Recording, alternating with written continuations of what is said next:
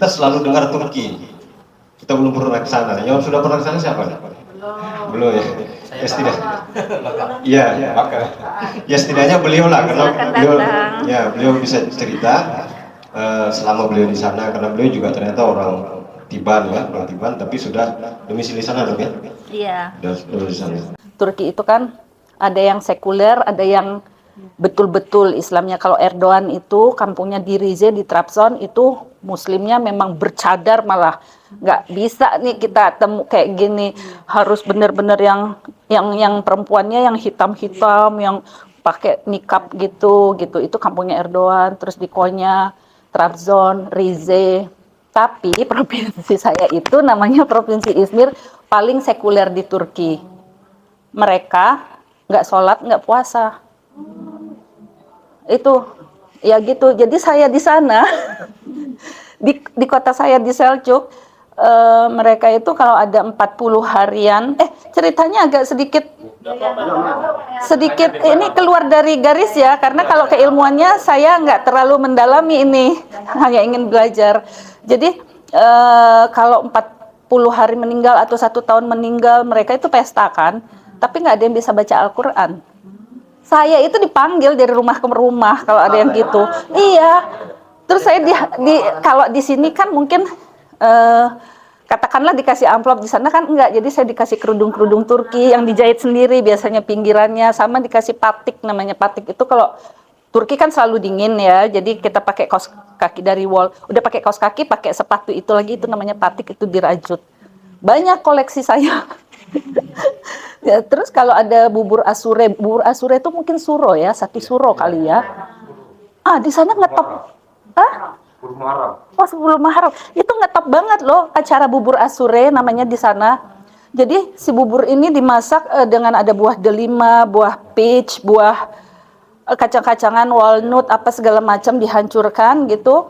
Terus ada cengkeh, itu 21 kalau nggak salah jumlahnya. Si cengkeh ini harus dibacain kulhu. 1 cengkeh tuh 1 kulhu, jadi 21 cengkeh ya 21 kali. Itu saya dari rumah ke rumah diundang, si ibu ini ngadain bubur asure, tapi biasanya itu hanya perempuan-perempuan. Turki itu aibnya tuh tinggi, ngadain apa-apa nggak ada perempuan laki. Kalau pesta kawin juga perempuan pisah, laki pisah gitu loh. Kalau acara apa-apa, nah kayak gitu tuh tinggi, tapi mereka nggak sholat, nggak puasa, dan nggak bisa baca Al-Quran. Nah, itu orang Turki pada umumnya tolong menolongnya luar biasa. Sedekahnya amat sangat luar biasa.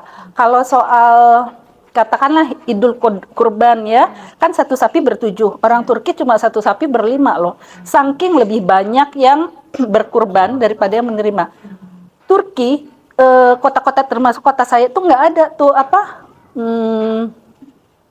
panti asuhan ada, kalau sholat ada. Panti asuhan, panti jompo nggak ada. Karena bagi orang Turki, kamu bukan muslim kalau masih ada saudaramu yang susah.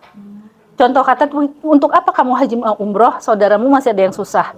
Contoh, kita 5 bersaudara, ada salah satu meninggallah suaminya, katakanlah saudara perempuan kita suaminya meninggal. Si anak ini itu wajib banget dibiayai dibiayai di apa ya namanya ya?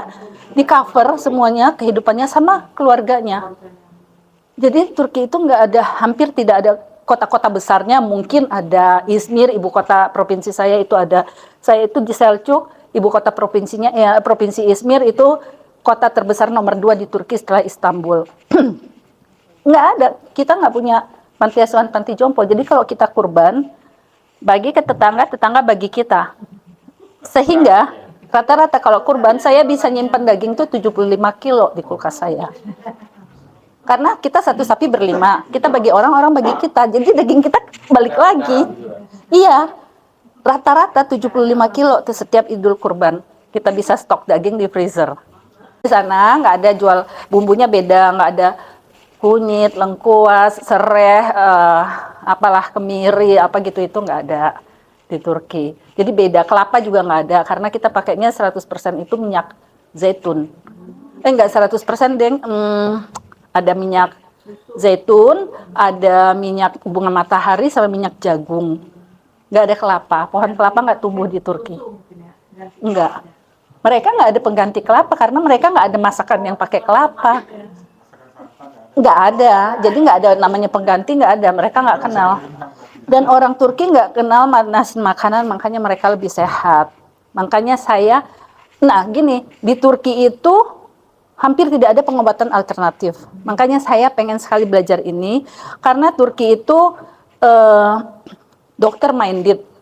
Di sana semuanya udah free, nggak kayak kita BPJS itu harus ke puskesmas dulu, rujuk dulu, kalau itu ngantri lagi, daftar lagi. Kalau Turki sakit nih, termasuk saya, padahal saya kan WNA, telepon satu nomor, saya pengen ke dokter jantung di kota ini. Nah, itu langsung dijadwalkan. Kalau besok ada nggak? Kalau besok nggak ada, hari Selasa. Kalau besok Senin, terus atau Selasa atau Rabu. Gitu, jadi cuma per telepon, nggak ada rujukan dari bawah ke atas gitu, nggak ada, langsung aja telepon satu, praktis. Dan betul-betul nggak bayar. Karena dokter medis ini saya juga kan ada C2345 itu pengapuran. Jadi saya di terapi di Sinar itu betul-betul 1 bulan full. Kasih jadwal ibu biasanya jam berapa? Jam 9, tiap jam 9 pagi, Senin sampai Jumat. Jadi walaupun fisioterapi di sana free semuanya. Jadi benar-benar ya, maksudnya kenapa mereka jadi dokter minded dan tidak ada pengobatan alternatif, karena mereka servisnya udah bagus dari pemerintah. Rumah sakitnya memang nggak rame ya. Walaupun di kota besar saya juga agak bingung. Di sana yang cancer aja banyak yang cancer, tapi sehat walafiat loh. Semua yang cancer sana saya betul-betul sampai salut. Contoh ada umur 95 tahun, saya ke Trabzon tuh, ke dekat kampungnya. Karena mereka hidup sehat mungkin ya, minyaknya nggak mengenal makan yang dipanaskan. Makanya orang Turki itu sedekahnya tinggi, bahkan terhadap hewan. Mereka nggak pernah manasin makanan. Kalau lebih, makanya anjing, kucing, cobalah ke Turki. Gendut-gendut atau mungkin nonton film. Setiap rumah tangga, kalau ada makanan sisa, sedekah buat anjing, kucing jalanan. Dan di Turki, untuk makanan anjing kucing tuh ada tempat-tempat pakai koin. Jadi siapa yang mau sedekah makanan tinggal masukinlah mau berapa tele, 2 tele, 3 tele, masukin keluar makanannya sebanyak koin yang kita masukin untuk anjing-anjing liar, kucing liar. Erdogan itu kalau ada gempa bumi, waktu itu ada gempa bumi di musim dingin. Saya lihat di TV ngapain ya? Roti, kan makanan pokoknya roti panjang tuh ekmek namanya. Ngapain ya diturunin, siapa yang mau berbuka waktu itu bulan puasa? Siapa yang mau berbuka di gunung salju gini? Saya heran nonton TV setir. Ngapain ya? Setelah besoknya saya tahu ternyata itu perintah dari Erdogan, tentaranya suruh nurunin roti untuk makanan hewan liar. Oh, dari pesawat? Iya. Diturun ribuan roti. Kenapa? Untuk hewan liar itu gempa bumi. Dan musim dingin, takutnya hutan mereka terbelah, jadi mereka pikir hewan liar entah harimau entah apa ini nggak dapat makanan. Itu Erdogan hewan aja dipikirin loh, gimana rakyatnya? Itu Erdogan ya, DKM masjid, yang tukang azan, terus muazin, terus pokoknya DKM masjid tuh, itu semuanya, itu gajinya 7.000 loh, 7.000 tele, itu 7 juta rupiah, dapat pensiun. Semua orang Turki dapat pensiun. Baik tukang bersihin WC, baik tukang cleaning service hotel, baik pegawai swasta, semua dapat pensiun kalau bayar pajak. Misalnya ini kan terdaftar nih, misalnya di Turki apapun harus terdaftar. Jangankan tempat toto. Pedagang asongan, pedagang yang jual gerobak jalan itu setahun sekali mereka harus register. Misalnya jual roti, tepungnya beli di mana, coklatnya beli di mana, dan mereka dapat pensiun. Dengan mendaftarkan, mereka dapat pensiun. Kalau ada surat pindah ke Turki, saya duluan, Pak. Makanya saya bilang Turki itu kalau orang tahu adalah negeri yang sangat menguntungkan bagi rakyatnya.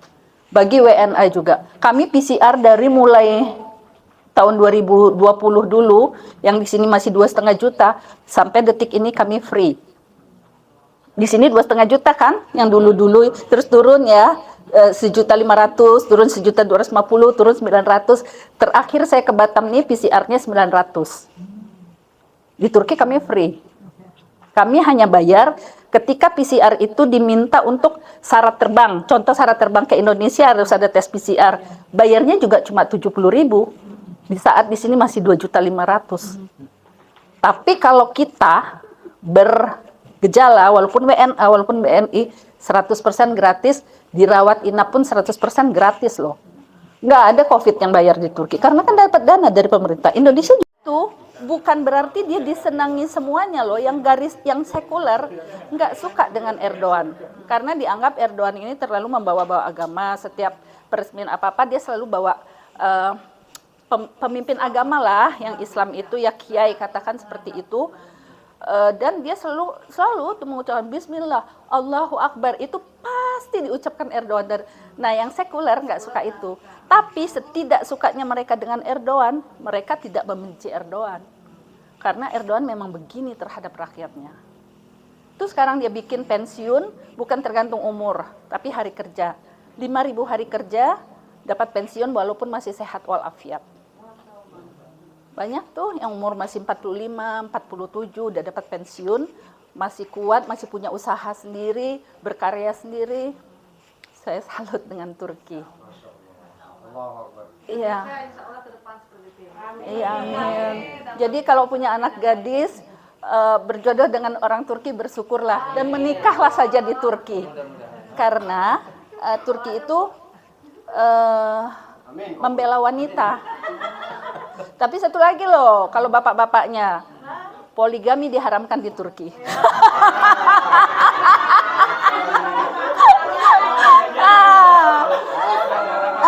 Itu penjara di Turki. Putus. Makanya saya bilang, Turki membela hak wanita. Poligami nggak boleh di Turki. Iya. Dengan pemerintahnya ya, kematian di Turki. Kita cukup telepon 1 nomor. Siapapun yang meninggal, ambulan itu otomatis datang membawa si jenazah ke klinik pemandian. Tidak ada mayat yang dimandikan di rumah di Turki, di klinik pemandian. Klinik pemandian itu selalu ditempatkan di kuburan terbesar di daerah tersebut. Di mana kuburan terbesar, sampingnya ada klinik pemandian. Yang klinik dokter dilakukan seperti baju dokter putih, pakai apron supaya nggak basah kan. Perempuan dimandikan perempuan, laki dimandikan sama laki. Keluar sudah dengan kain kafan yang rapi. 1 orang aja mandiin, keluarga nggak boleh masuk. Itu otomatis ustadznya udah datang. Nggak urusan kita, itu udah urusan pemerintah. Kita nggak usah, oh ustadznya, oh kuburan di mana. Nah, kita ditanya sama ustadznya, mau disolatkan di mana? Di masjid A. Oke, habis itu mau dikuburin di mana? Itu tukang gali kuburnya pun pemerintah yang akan menghubungi. Dan tidak ada uang apapun. Turki itu tidak kenal tip. Dan tidak ada uang apapun diberikan kepada supir ambulan, ustadznya, penggali kubur, nggak ada. Jadi itu. Dan hukum waris Turki tidak hukum agama. Semua agama sama. Kan ngeling datanya udah bagus ya. Nih, si ibu A, udah ada dong datanya di pemerintah. Misalnya punya tanah sekian, itu punya anak 5, itu otomatis pemerintah yang langsung bagi 5 sertifikatnya, agama apapun. Jadi Turki nggak ada hukum waris agama, bagi adil oleh pemerintah. Kita pun nggak, laki perempuan sama, kita pun nggak keluar uang untuk mengurus ini dan itu, nggak ada. Jadi Turki itu bayar pajaknya betul-betul 100% kembali ke kita. Nggak ada. Turki sih harga bensin 30.000 1 liter, tapi kami nggak harus naik mobil sendiri karena semua ngeling kendaraan transportasi umumnya tuh udah bagus. Ngelingnya dari kereta langsung bisa naik angkot, langsung bisa naik bus, itu bagus, murah, pemandangannya bagus, rapi, bersih, hampir tidak ada kejahatan karena perut orang kenyang. Orang jahat kan karena lapar ya mungkin. Di Turki yang tidak dapat pensiun hanya petani dan nelayan. Kenapa? Petani itu pasti punya lahan. Dan produk mereka tidak ada pajak pertanian, tidak ada pajak untuk perikanan di Turki. Harga cabai 6.000 sekilo. Harga wortel itu cuma bawang bombay itu cuma 1.500 1 kilo. Bawang bombay merah, bawang bombay putih. Lebih kaya orang Batam ya? Oh ya, mahal di Batam. Oh, memang iya. Memang iya. Kalau untuk uang Indonesia dipakai hidup di Turki lebih dari cukup. Lebih dari cukup. Memang kami inflasi, kami 50% inflasi, semua harga barang naik. Tapi Erdogan menaikkan gaji pegawai. Yang punya usaha katakanlah usaha besi harga barangnya naik, tapi dia jualnya juga naik, jasanya naik. Jadi nggak terasa untuk orang. Dan Turki tidak menerima pengusaha Cina, pengusaha manapun selain pengusaha Turki. Tidak ditemui made in Cina di Turki, semua made in Turki. Itu hebatnya Turki. Turki itu fanatik dengan made in dia, fanatik dengan makanan dia. Nggak kayak kita makan soto enak malam bisa jadi makanan pagi. Turki makanan pagi itu hanya keju, telur, timun, tomat, susu madu. Nggak lari dari itu. Kalau kita bisa mie goreng, nasi lemak, lontong pagi. Mereka enggak. Iya. Dan mereka nggak kenal panasin makanan untuk hewan. Kalau bersisa untuk hewan. Karena apa? Bahan dasarnya kan murah. Cabai, bawang, tomat, apa itu murah banget. 6.000 loh sekilo cabai, 8.000. Itu luar biasa. Saya bilang sih Turki luar biasa ya. Di bawah kepemimpinan Erdogan ini lebih luar biasa. Turki tidak ada pendidikan agama. Ini gegara Atatürk. Sampai sekarang mungkin Erdogan itu kesulitannya. Tapi pendidikan akhlak ada. Akhlak orang Turki itu begini. Kalah kita yang sholatnya jungkit-jungkit ini. Kalah, sedekahnya kalah, berbuat baiknya kalah, tolong menolongnya kalah. Makanya semua pengungsi diterima Erdogan karena prinsip mereka berbuat baik. Rohingya, pengungsi Muslim. Atatürk itu bau. Sebenarnya kuburan Atatürk saya udah datang, tidaklah bau kuburan itu, tapi memang sudah tertanam dengan marmer full, 100% marmer. Mungkin sudah di bawah-bawahnya, terus nanti ada fotonya, terus dipakein marmer, terus dibikin lagi apa gitu marmer semua. Tapi kalau bau enggak bau. Nggak akan tercium, udah marmer full kok. Entahlah dulu, saya nggak tahu juga. Kesalahan dia adalah menjadikan Turki menjadi sekuler karena Atatürk memisahkan agama dengan kehidupan sehari-hari, memisahkan agama dengan kehidupan bernegara. Sehingga sampai sekarang itu orang sekuler itu kalau saya tanya, seperti Guven Isman yang kayak adik saya itu, subuh dia bisa sholat subuh loh di rumah sebelum kerja. Saya tanya, kamu di kantor sholat nggak sih zuhur sama asar? Jawabnya apa? Itu korupsi waktu, kata bos saya. Katanya. Sholat itu korupsi waktu loh. Sholat itu hanya urusan kamu dengan Tuhan kamu. Jadi jangan korupsi ke waktu di kantor. Ngeri kan caranya? Jadi saya bilang saya nggak mau ada posternya Atatürk. Kekurangannya itu menjadikan Turki jadi sekuler. Tapi kalau hukum-hukum Turki segala macam itu memang dia buat baik.